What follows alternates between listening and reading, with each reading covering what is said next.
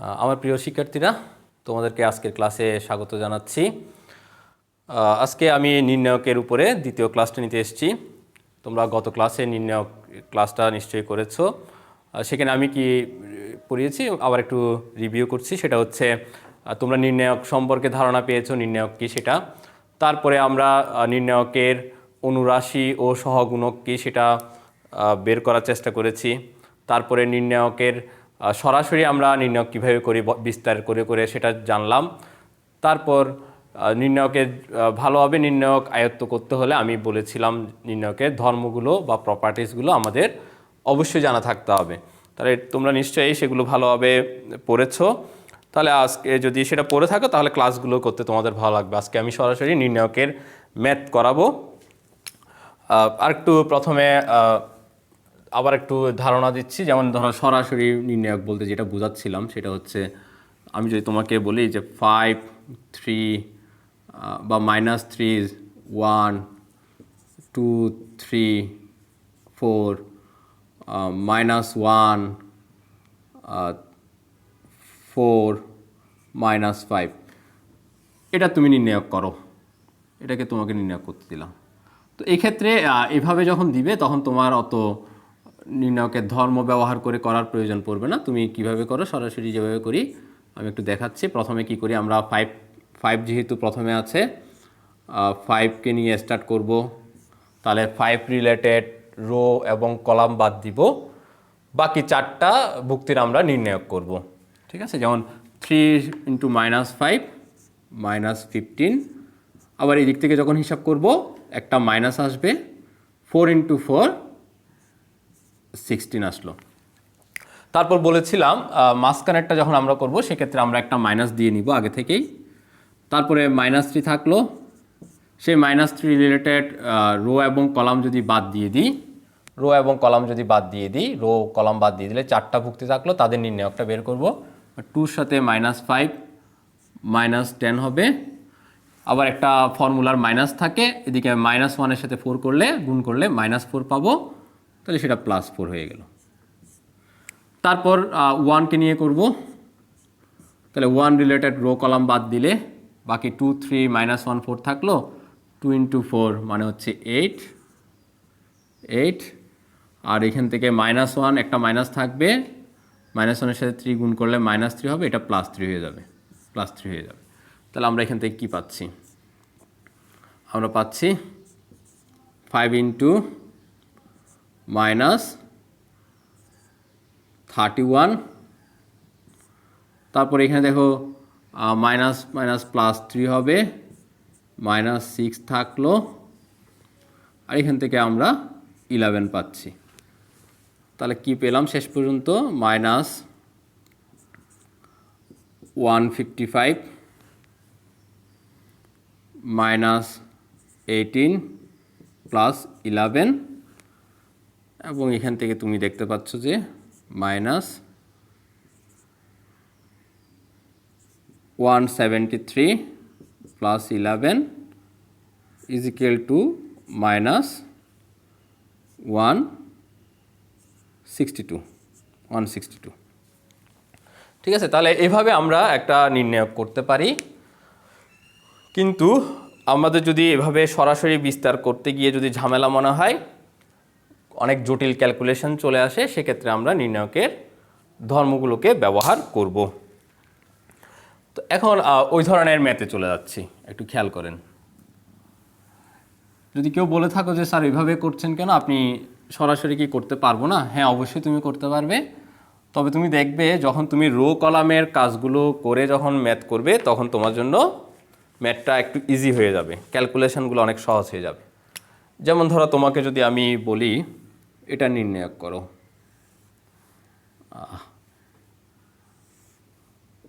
1, 1, 1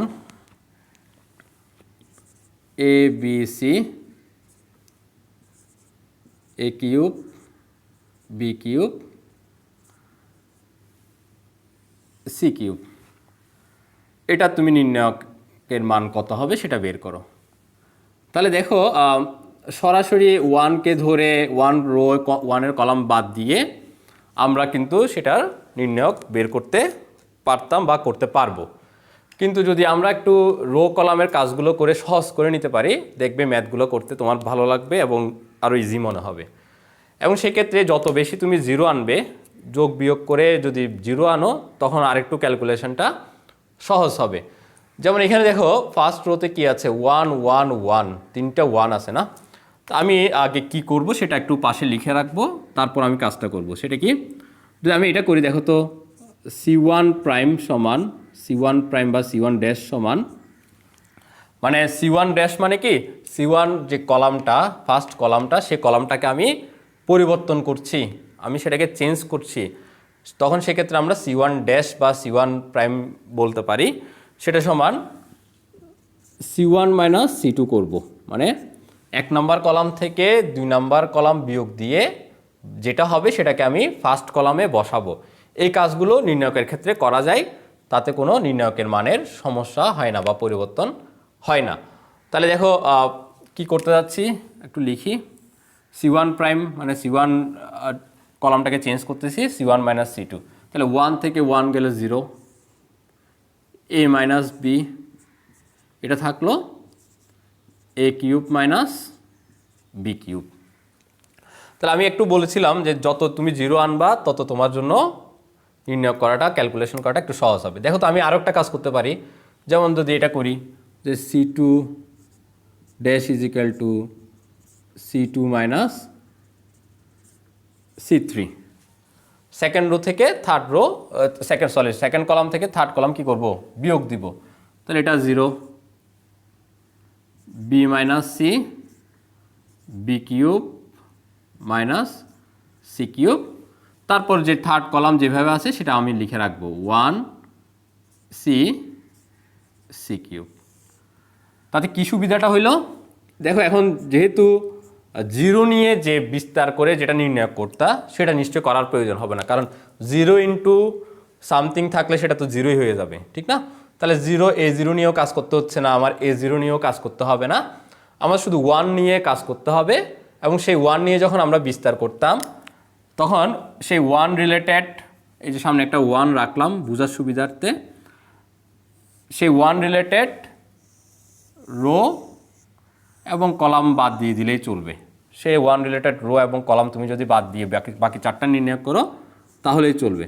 তাহলে কাজটা খেয়াল করো তো, কাজটা একটু সহজ হয়ে গেল না, যে 0 0 বা দুইটার কাজ আমার করতে হলো না, আমার এখন জাস্ট একটার কাজ করতে হচ্ছে, b cube minus c cube, এই নির্ণায়কটা বের করলে চললো। তাহলে এই যে রো, যে কলামের কাজগুলো করেছি আমি, সেটার সুবিধা হলো এটাই যে আমাদের এখন ক্যালকুলেশনটা আর একটু সহজ হয়ে গেল। জাস্ট দুইটা মানে ওয়ানের যে নির্ণায়ক, 1কে কেন্দ্র করে যেটা আমরা নির্ণায়ক করি 2/2, সেটা করলে চলবে, ঠিক আছে? তাহলে দেখো এখন আমরা কি করব, এখানে যেমন দেখো a মাইনাস বি থাকলো, a কিউব মাইনাস বি কিউবের ফর্মুলা অ্যাপ্লাই করব।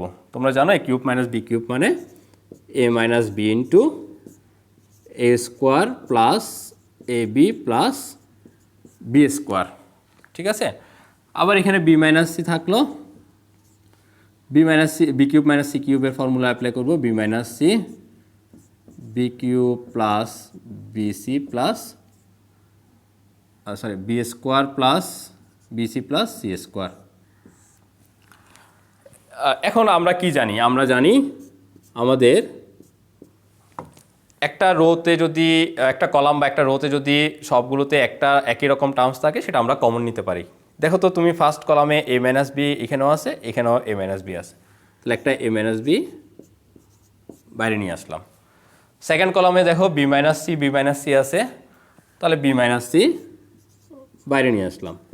তাহলে কি থাকলো, এখান থেকে এখানে ওয়াই মাইনাস বি নিয়ে আসাতে 1 থাকলো, এখানে থাকলো A square plus A B plus B square, B minus C চলে আসলো, সেজন্য এখানে 1 থাকলো, এখানে থাকলো B square plus BC plus C square. এবার তুমি এখান থেকে সরাসরি তুমি নির্ণায়কটা করে ফেলো, A minus B B minus C সরাসরি বলতে আমরা যেভাবে 2/2 ক্রমে নির্ণয় করি, 1-এর সাথে এটার গুণ হবে মাইনাস দিয়ে, আবার 1-এর সাথে এটা গুণ হবে। তাহলে আমরা কি পাবো? B square plus BC plus C square. এদিক থেকে যখন হিসাব করবো একটা মাইনাস আসবে, সেই জন্য এটা minus a square minus a b minus b square হয়ে যাবে। তাহলে আমরা এখান থেকে কী পাচ্ছি? A minus B, B minus c. তারপর দেখো তো এখানে কি থাকতেছে? বি স্কোয়ার ক্যান্সেল হয়ে যাবে, বাকি থাকলো b c plus BC plus C square minus a square minus a b. ঠিক আছে? তারপরে এখানে আমি যদি এভাবে লিখি, খেয়াল করো, a minus B, B minus c, এটাকে যদি একটু সাজিয়ে লিখি নিজের সুবিধার জন্য, যেমন c square minus a square plus b c minus a b লিখলাম, plus b c minus a b লিখলাম। কেন লিখলাম খেয়াল করে দেখেন, a minus B, B minus c থাকলো। তো এখানে আমি সি স্কোয়ার মাইনাস এ স্কোয়ারকে এ স্কোয়ার মাইনাস বি স্কোয়ারের ফর্মুলা অ্যাপ্লাই করলে c plus a into c minus এ, পরেরটা থেকে আমরা যে একটা বি কমন নিয়ে নিই, তাহলে সি মাইনাস এ থাকলো। ওকে, তাহলে দেখো তো কি পাচ্ছি? আমরা পাচ্ছি a minus B, B minus c, আর এখানে আমরা যদি সি মাইনাস এ কমন নিয়ে নিই, তাহলে থাকলো এ প্লাস বি প্লাস সি। এটা হচ্ছে তোমার অ্যান্সার। বা তোমাকে যদি প্রমাণ করতে বলে বা দেখাতে বলে যে এটা সমান এটা, এটা হচ্ছে অ্যান্সার। তাহলে কি করলাম? সরাসরি আমি বিস্তার করে করলাম না। আমি কি করলাম? যেহেতু 1 1 1 দেখতেই পাচ্ছি যে আমি দুইটা যদি এক কলাম যদি চেঞ্জ করি, একটা থেকে একটা যদি বিয়োগ দিই, দুইটা জিরো চলে আসবে। তাহলে দুইটা জিরো চলে আসলে আমাদের কাজটা একটু সহজ হয়ে গেল। সহজ হয়ে যাওয়ার পরে এখানে এ কিউব মাইনাস বি কিউবের ফর্মুলা অ্যাপ্লাই করলাম, এখানে বি কিউব মাইনাস সি কিউবের ফর্মুলা অ্যাপ্লাই করলাম। তারপরে একই কলামে এ মাইনাস বি আছে, এ মাইনাস বি কমন নিলাম, এখানে বি মাইনাস সি আছে, বি মাইনাস সিকে কমন নিলাম। নেওয়ার পরে এটাকে আমরা সরাসরি নির্ণায়ক যেভাবে করি, 1-এর সাথে এটা গুণ করব মাইনাস দিয়ে, আবার 1-এর সাথে এটা গুণ করব। করার পরে আমরা যেটা বের করতে বলেছে সেটাতে যাওয়ার জন্য এখানে C square minus a square plus b c minus a B লিখে, সি স্কোয়ার মাইনাস এ স্কোয়ারকে আবার C plus a into c minus এ লিখলাম। এখান থেকে একটা বি কমন নিলাম, সি মাইনাসে থাকলো, তাহলে সি মাইনাসে যদি কমন নিয়ে ফেলি, ফাইনালি আমাদের এখানে থাকলো এ প্লাস বি প্লাস সি। এটা হচ্ছে আমাদের অ্যান্সার। তো এখন কেউ যদি বলে যে স্যার আমি এটা কি সরাসরি করতে পারতাম না? অবশ্যই তুমি সরাসরি করতে পারবে। তবে আগেই বলেছি, আবার বলছি, যত বেশি তুমি রো কলামের কাজগুলো করতে জানবে, যোগ করা বিয়োগ করা, তাহলে তোমার নির্ণায়কটা করতে সহজ হবে।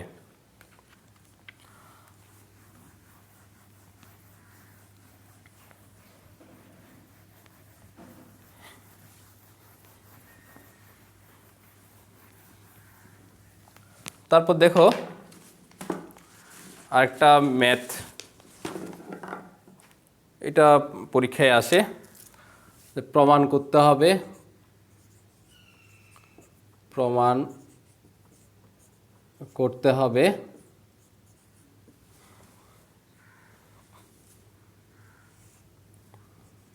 ওয়ান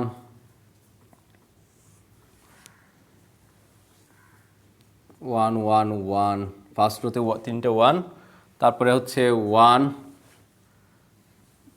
পি পি স্কোয়ার, তারপর হচ্ছে 1 p square p to the power 4 is equal to p into p minus 1 whole square into p square minus 1। তো এই ম্যাথটা পরীক্ষায় দেখা যায়, এটা পরীক্ষায় আসে, আমরা এটা সলভ করব।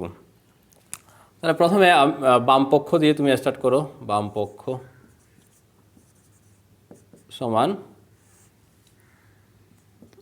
1 1 1 ফার্স্ট কলামে 1 p p square 1 p square p to the power 4।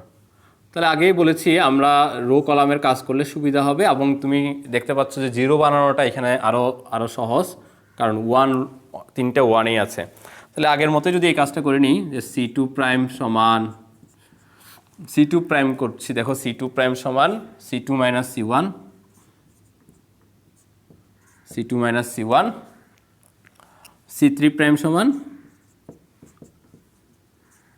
C3 minus C2। এই কাজটা আমরা করব। তাতে সুবিধা কি? সুবিধা হচ্ছে দেখো এখানে যেটা বের করতে বলেছে, এখানে P-1 আছে, P² -1 আছে। তো সেজন্য আমি C1 মাইনাস C2 যদি করতাম 1 মাইনাস P পেতাম, ঠিক না? 1 মাইনাস P পেতাম। তো তার চেয়ে সুবিধা হচ্ছে কি, যদি আমি সেকেন্ড কলামটাকে চেঞ্জ করে নিই তাহলে P-1 পাবো। না হয় যদি তুমি 1 মাইনাস P করো, মানে C1 প্রাইম সমান C1 মাইনাস C2 করো, পরে গিয়ে আবার একটা মাইনাস কমন নিতে হবে, করা যাবে, কোনো সমস্যা নেই। তাহলে কি করলাম? C2 প্রাইম সমান C2 minus C1, C3 prime সমান C3 মাইনাস C2, এটা আমরা করব। তাহলে খেয়াল করো, যেহেতু ফার্স্ট কলামের কোনো পরিবর্তন করছি না, ফার্স্ট কলাম 1 1 1 যেমন আছে তেমন রেখে দিলাম। তারপরে C2 মাইনাস C1, তাহলে 1 মাইনাস 1 0, P-1, এটা হবে কত? P² -1। তারপর C3 প্রাইম সমান C3 মাইনাস C2, তাহলে 1 মাইনাস 1 0, P² -1, P⁴ -1। ওকে, তাহলে দেখো কাজটা সহজ হয়ে গেছে, যে এখন 0 নিয়ে আমাদের আর কোনো মাথা ব্যথা নাই। আমরা 1 নিয়ে যেটা করতে হয়, মানে 1-এর যে রো এবং কলাম সেটা বাদ দিয়ে বাকি 4টা ভুক্তির আমরা কি করব? আমরা নির্ণায়কটা করব। মানে আমার থাকলো P-1, P² -1, P² -1, P⁴ -1। ঠিক আছে? তাহলে এটা মুছে দিই। এবার দেখো তো এখানে আমরা কি লিখতে পারি। আমরা যদি একটু সহজ করে নিতে পারি না? আমাদের এটা কি ছিল? P² মাইনাস P হবে, এটা minus P, P² minus P, P² minus P। দেখো তো আমরা কি করতে পারতেছি।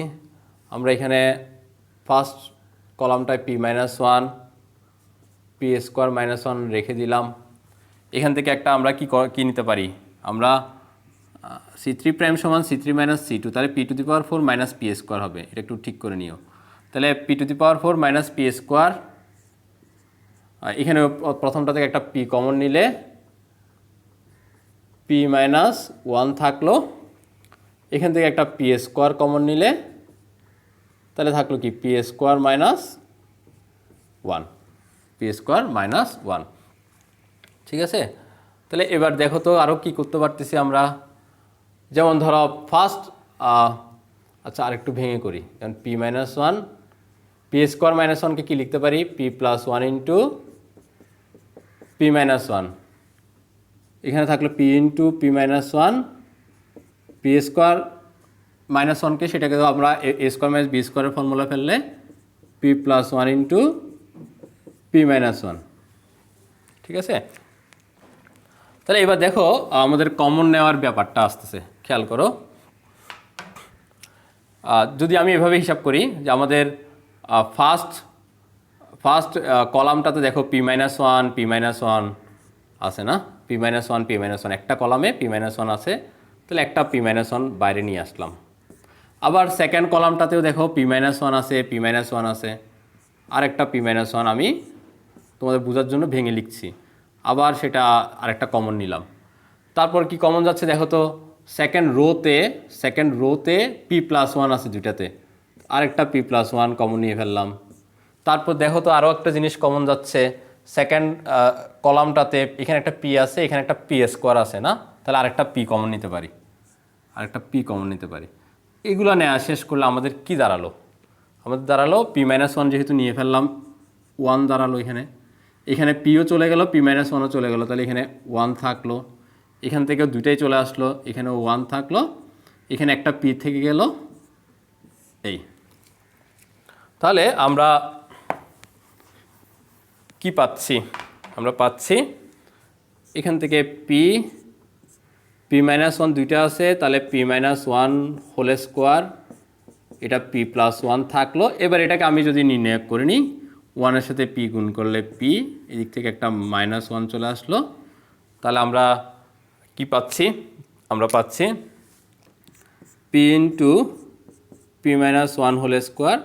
আবার দেখো p plus one into p minus one, p plus one into p minus one. তাহলে আমরা এখান থেকে লিখতে পারি পি স্কোয়ার মাইনাস ওয়ান। তাহলে আমাদের যেটা বের করতে বলেছিল যে আমাদের ডান পক্ষ হবে p into p minus one whole square into p square minus one, সেটা আমরা পেয়ে গেলাম ডান পক্ষ। আছে, তাহলে দুইটা এটা প্রমাণ হয়ে গেল। তাহলে যত তুমি রো কলামের কাজ করবে, যত কমন নিবে, তত তোমার জন্য সুবিধা হবে। এবার আরেকটা দেখো,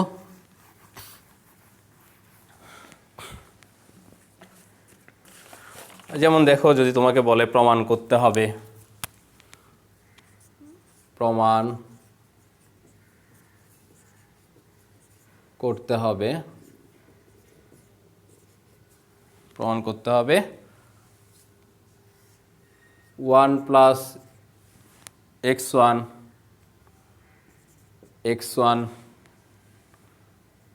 এটা হচ্ছে x1, তারপরে হচ্ছে x2 1 প্লাস x2 এটা হচ্ছে x2, তারপরে x3 1 প্লাস x3 এটা সমান 1 plus x1 plus x2 plus x3। এটা তোমাকে বের করতে বলছে, যে দেখাতে হবে বা প্রমাণ করতে হবে এই নির্ণায়কটার মান হবে এটা। তাহলে আমরা প্রথমে বাম পক্ষ ধরে স্টার্ট করি। আমাদের বাম পক্ষ বা লেফট হ্যান্ড সাইড হচ্ছে 1 প্লাস x1 ফার্স্ট কলামে, সেকেন্ড কলামে থাকতেছে x2 1 plus x2 x3 1 plus x3। তো নির্ণায়কের ম্যাথগুলোর ক্ষেত্রে তুমি রাইট হ্যান্ড সাইড বা তোমাকে যেটা প্রমাণ করতে বলবে সেটার দিকে যদি তুমি খেয়াল করো, তাহলে তোমার কি করতে হবে না করতে হবে তুমি আগে থেকে একটা ধারণা পেয়ে যাবে এবং সেই অনুযায়ী আগাবে। ইচ্ছা মতো যদি আগাতে থাকো তাহলে দেখা যাবে একসময় গিয়ে আটকে যাচ্ছ এবং ক্যালকুলেশন করাটা একটু ডিফিকাল্ট হয়ে দাঁড়াচ্ছে। তাহলে দেখো তো আমাদের কি বের করতে হবে 1 plus x1 plus x2 plus x3 না? আমি যদি এই কাজটা করে নিই, খেয়াল করো তো c1 dash is equal two c1 plus c2 plus c3 যদি করে নিই, খেয়াল করো তাহলে ফার্স্ট কলামটাকে চেঞ্জ করতেছি কীভাবে? তিনোটা কলাম যোগ করে। তা দেখো 1 plus x1 plus x2 plus x3 এভাবে আমরা প্রত্যেকটাতে পেয়ে যাব। তখন প্রত্যেকটাতে পেয়ে গেলে আমরা ফার্স্ট কলাম থেকে সেটা কমন নিয়ে ফেলতে পারবো। তাহলে দেখো তো 1 plus x1 plus x2 plus x3 থাকলো, এখানেও দেখো 1 plus x1 plus x2 plus x3 থাকলো, এখানে থাকলো কি 1 plus x1 plus x2 plus x3, পরে থাকলো x2 যেভাবে ছিল সেভাবে, c2 যেভাবে ছিল সেভাবে রেখে দিব, c3ও যেমন আছে তেমন রেখে দিব, x3 1 প্লাস x3। ঠিক আছে, তাহলে এখান থেকে ফার্স্ট কলামে যেহেতু সকল ভুক্তি একই রকম, আমরা এখান থেকে 1 plus x1 plus x2 plus x3টা কমন নিয়ে ফেললাম।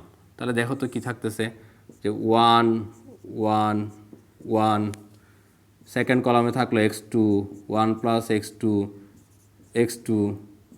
x3 1 plus x3। ঠিক আছে, তো তুমি এখান থেকে একটা আইডিয়া পেয়েছো, সেটা কি?